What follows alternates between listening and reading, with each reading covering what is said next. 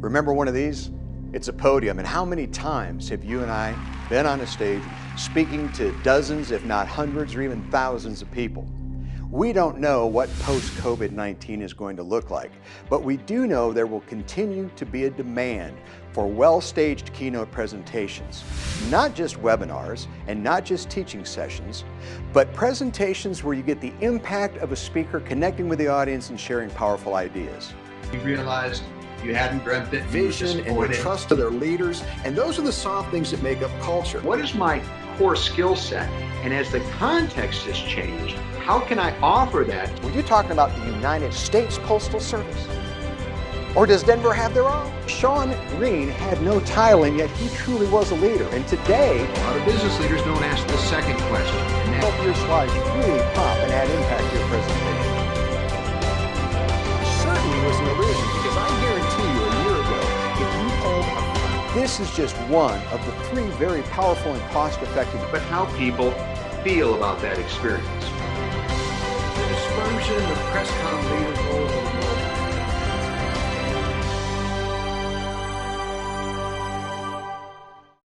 I've been telling my clients in crisis, especially today, that experimentation and agility trump planning and process. And so when people are very focused on what needs to be done and why it needs to be done, they become very inventive. And unfortunately, historically, structure can prevent that from happening because people don't feel empowered to try things and experiment. And if they work, keep doing them. If they don't work, adjust them or quit doing them.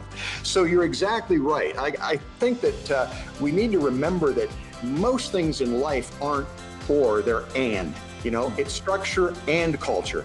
But structure is pretty easy. Culture is very hard. And what I want you to remember is that better always beats best. I used to think that becoming the best at what you did in your profession would be the hardest professional accomplishment of all. But over these last 30+ years, as I've worked with some of the best organizations in America, I've found that as hard as it is to become the best in your field, your category, or your market space, what's even harder is to become the best and continue to improve. Because you see, when you're number 3, you emulate number 2. When you're number 2, you copy number 1. But when you're at the top of your game, when you are the true leader, there is no one to innovate or emulate. You're on your own.